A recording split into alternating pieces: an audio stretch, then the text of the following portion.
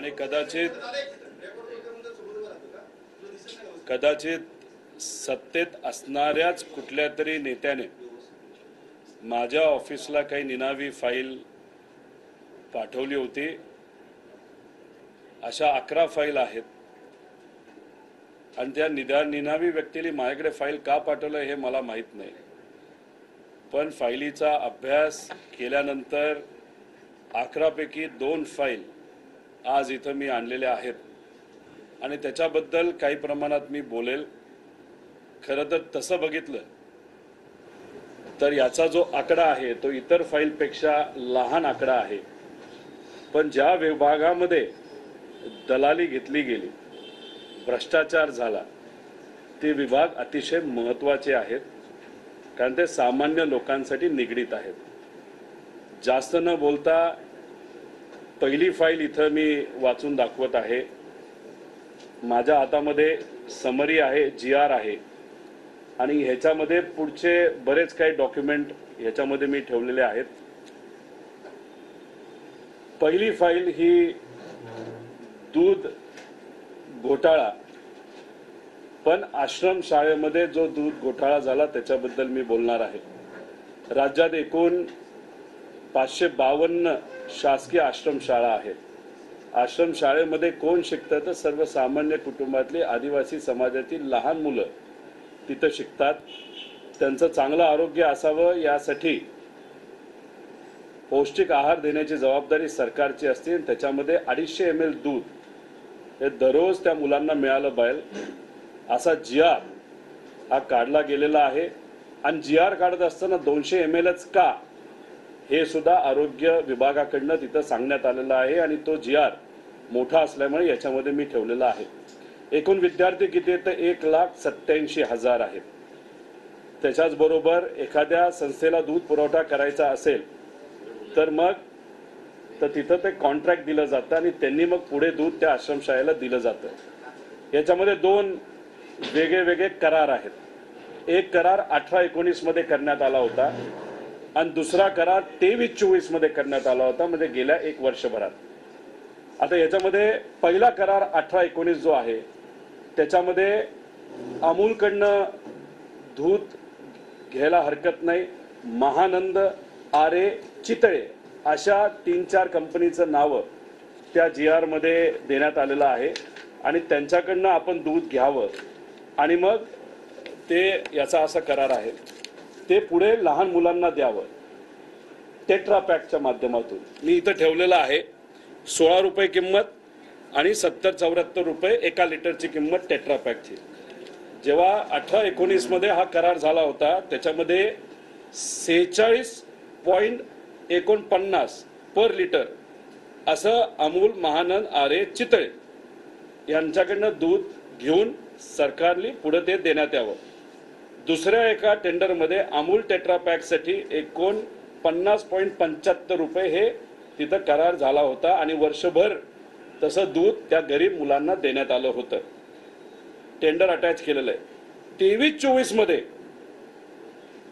तसंच टेंडर काढण्यात आलं, नवीन टेंडर काढण्यात आलं आणि त्याच्यामध्ये 167 कोटी रुपयाचं ते टेंडर आहे। त्याच्यामध्ये किती टेट्रा पॅक द्यायचे होते? तर 5,71,00,000 पॅकेट्स 200 ml चे हे द्यायचा असा करार तिथं केला गेला। त्याच्यात नाशिक 2,60,00,000, ठाणे 1,66,00,000 पॅकेट्स, अमरावती 88 असं करून 5,71,00,000 आहे। आता ह्याच्यामध्ये सहज आपल्याला मी विचारलं तर आज शेतकऱ्याकडनं दूध किती रुपयाला घेतलं जातं? तर एखादी चांगली कंपनी असेल, चांगल्या क्वालिटीचं दूध आजच्या काळामध्ये 30 रुपयाला घेतलं जातं आणि मग त्याच्यामध्ये क्वालिटीमध्ये काही फरक असेल तर रेट 24 पासून ते 30-31 पर्यंत आहेत। आता आमच्या सगळ्यांची अपेक्षा होती की शेतकऱ्याला 5 रुपये बिना अटी देण्यात यावे, यासाठी आम्ही लढलो, भांडल्यानंतर मग अटी काढण्यात आला। अजूनपर्यंत 5 रुपयाचं अनुदान शेतकऱ्याला मिळालेलं नाही। मग 30 रुपये आजच्या मार्केटमध्ये चांगल्या दुधाची जर किंमत शेतकऱ्याला मिळत असेल तर सहज याचा अभ्यास केला या नवीन कराराचा 23-24 मध्ये जो दिला गेला त्याच्यामध्ये किती रुपयाला दूध या टेंडरमध्ये दिलं गेलं याचा अंदाज जर घेतला तर ते 146 रुपये पर लिटर असं हे दूध देण्यात आलेलं आहे। पूर्वीचा करार 49चा होता, आता 146। पण ठीक आहे, आमची अपेक्षा आहे की जर शेतकऱ्याला 146 मिळत असेल, नाही तर खर्च जाऊन 100 रुपयाला मिळत असेल तर काही हरकत नाही। आता ह्याच्यामध्ये कदाचित 146 रुपयाली या देशातले सगळ्यात श्रीमंत अंबानी कुटुंब असेल, अडाणी कुटुंब असेल, हे सुद्धा एवढं महाग दूध तिथं घेत नसावेत। आता ह्याच्यामध्ये एक टेट्रा पॅक 1 लिटरचा असेल तर साधं दूध 26 ते आणि जर UHT असेल तर 32, असं 55 रुपयाच्या आसपास त्याची किंमत आहे बल्क मध्ये द्यायचं असेल। आणि हे जे 200 ml आहे त्याची किंमत 13 रुपये 80 पैसे येते। आता ह्याच्यामध्ये जर आपण बघितलं तर या रेट प्रमाणे आपण गेलो तर हा 168 रुपयाचा जो करार राज्य सरकारने गरिबाच्या मुलांना, आदिवासी समाजाच्या मुलांना दूध देण्यासाठी जो केला आहे तो 85 कोटीमध्ये बसायला पाहिजे होता। पण मग 165 कोटी आणि 85 कोटीत बसायला पाहिजे होते, तर दलाली किती रुपयाची दिली गेली तर ती 80 कोटी रुपयाची दिली गेली। आता हा करार कोणाबरोबर केला गेला तर पुणे जिल्ह्यामध्ये आंबेगाव तालुका जो आहे तिथे एक प्रायव्हेट कंपनी आहे, ती कोणाची तो तुम्ही बघा। त्या कंपनी बरोबर करार केला गेला 50% क्वांटिटीचा। आणि एक कोल्हापूर मध्ये काय नाव तालुका, पन्हाळा तालुका, तिथे कोऑपरेटिव्ह आहे, ते सुद्धा सत्तेत आहेत, त्यांना सुद्धा तिथं करार हा दिला गेला। म्हणजे आंबेगाव, पुणे जिल्हा आणि कोल्हापूरमध्ये तिथं पन्हाळा। आता ह्याच्यामध्ये जर आपण बघितलं तर आंधळ दूध दळते आणि कुत्रपीठ खाते अशी परिस्थिती आहे। आता ह्याच्यात पूर्वी करार हा महानंद बरोबर होता। आता जर सरकार बोलते की आम्हाला महानंदला प्रॉफिट मध्ये आणायचंय आणि म्हणून आम्ही NDDBला म्हणजे गुजरातला दिलं गेलंय, हा अख्खा कॉन्ट्रॅक्ट जर महानंदला दिला गेला असता तर 84 कोटी रुपयाचं प्रॉफिट फक्त महानंदला झालं असतं। पण इथं आपण जर बघितलं तर हे पूर्ण कॉन्ट्रॅक्ट हे एका प्रायव्हेट कंपनीला आणि सत्तेत असणारा एक नेता कोल्हापूरचा त्यांच्या कोऑपरेटिव्हला हे दिलं गेलं। आणि ह्याच्यात जे दूध शेतकऱ्याकडनं 30 रुपयाला घेतलं गेलं तेच दूध गरीबाच्या पोरांना सरकारच्या माध्यमातून हे 183 रुपये पर लिटर हे दिलं गेलं।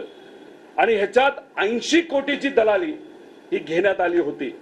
आता ही दलाली जी 80 कोटीची दिली गेली, ज्या कंपनीला दिली गेली, हा करार जो मार्च मध्ये झाला, तर मग काही लोकांचं विकासासाठी जाण्याचं हे 3 महिने आधी ठरलं होतं का, असा आमचा प्रश्न आहे।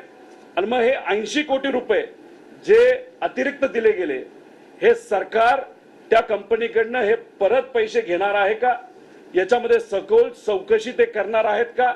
आणि ही जी दलाली आहे 50% आणि 80 कोटीची, ही परत सरकार त्यांच्याकडनं घेणार आहे का, याच्याबद्दलचं पत्र हे मी PMOला पण देणार आहे, CMOला पण देणार आहे।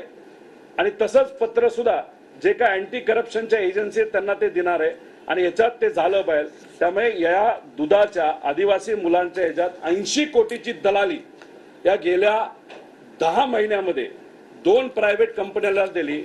आणि या कंपन्या कोणाच्या आहेत, कशाच्या आहेत, याचा एक अभ्यास कुठेतरी तिथं झाला पाहिजे। जे लोक म्हणतायत आज आम्ही सत्तेत विकासासाठी गेलो, त्या लोकांनी कुठेतरी आता शेतकऱ्याला सांगितलं पाहिजे, त्या शेतकऱ्याकडनं 30 रुपयाला तुम्ही घेता दूध आणि तेच दूध तुम्ही 143ला जर विकत असाल तर विकास हा शेतकऱ्याचा आहे का तुमच्या मित्राचा आहे का मित्राच्या कंपनीचा आहे, हे कुठेतरी आता सामान्य लोकांना सांगण्याची वेळ आलेली आहे। आणि दुसरी वाईट गोष्ट अशी की जो GR आहे, बेसिक GR आरोग्याचा, त्याच्यामध्ये एका मुलाला दिवसाला 250 ml दिलं गेलं पाहिजे, पण हा जो नवीन कॉन्ट्रॅक्ट झाला तो फक्त 200 ml चा झालाय। म्हणजे 50 ml हे त्या गरीब मुला मुलीला तिथं कमी जाणार आहे। हा झाला पहिला आदिवासी दूध घोटाळा। आता ह्याच्यामध्ये मी दुसरा विषय इथं घेणार आहे, तो आहे समाज कल्याणचा। आता ह्याच्यामध्ये 25% दलालीचा मुद्दा आहे। आता सामाजिक न्याय विभागाच्या अंतर्गत मागासवर्गीय विद्यार्थ्यांना पौष्टिक आहार दिला जातो। किती वसतिगृह आहेत तर 443 आहेत। विद्यार्थी किती आहेत तर त्याच्यामध्ये 42,000 आहेत आणि 93 शासकीय निवासी शाळा आहेत, त्याच्यामध्ये 14,000 विद्यार्थी आहेत। म्हणजे 57,000 विद्यार्थ्यांचा आरोग्याचा, गरीब कुटुंबाच्या, एससी समाजाच्या मुला मुलींचा हा मुद्दा आहे। इथं सुद्धा या दलाली सरकारने 25% दलाली घेतलेली आहे। ह्याच्यामध्ये सुद्धा 2 करार आहेत, 2 GR काढण्यात आले आहेत। टेंडर आहे, शासन निर्णय 2019-20 चा आहे, ज्याच्यामध्ये स्थानिक स्तरावर निविदा काढून कंत्राट दिले गेले। म्हणजे अमरावतीला, छत्रपती संभाजीनगरचं त्यांना, पुण्याचं पुण्याला, असं डिसेंट्रलाइज पद्धतीने करार हे दिले गेले होते। तेव्हा सरासरी किती रुपये पर स्टुडंट होतं तर 4,000 रुपये पर स्टुडंट होतं, पर मंथ असा कॉन्ट्रॅक्ट होता। म्हणजे उदाहरण, वर्ध्याला 3,451 रुपयाचा करार होता। यामध्ये दुधाचं 255 वेगळे आणि GST 262 वेगळे। म्हणजे तसं बघितलं तर वर्ध्यासाठी 3,400 नाही तर 3,000 रुपयाचा करार हा 19 आणि 20 मध्ये केला गेला होता। आता 23-24 म्हणजे सत्ता बदल झाला, काही लोक विकासासाठी गेले, काही लोकांना मंत्रीपद मिळत नव्हतं, मग कदाचित व्यक्तिगत लाभ देण्याचा प्रयत्न केला गेला आहे का असं कुठेतरी आहे, आणि नेत्यांचे लाड पुरवण्याचा प्रयत्न या सरकारने केला गेला आहे का असा विषय याच्यामध्ये आहे। 23-24 मध्ये कॉन्सेप्टच बदलला। पूर्वी डिसेंट्रलाइज होतं, तिथल्या तिथलं दिलं जात होतं, क्वालिटीवर सरकार आणि अधिकारी कंट्रोल करत होतं। इथं यांनी काय केलं तर अख्खा GR बदलून हे सेंट्रलाइज केलं। आणि हे किती रुपयाचं टेंडर आहे तर वर्षाला 350 कोटीचे 3 वर्षासाठी आहे।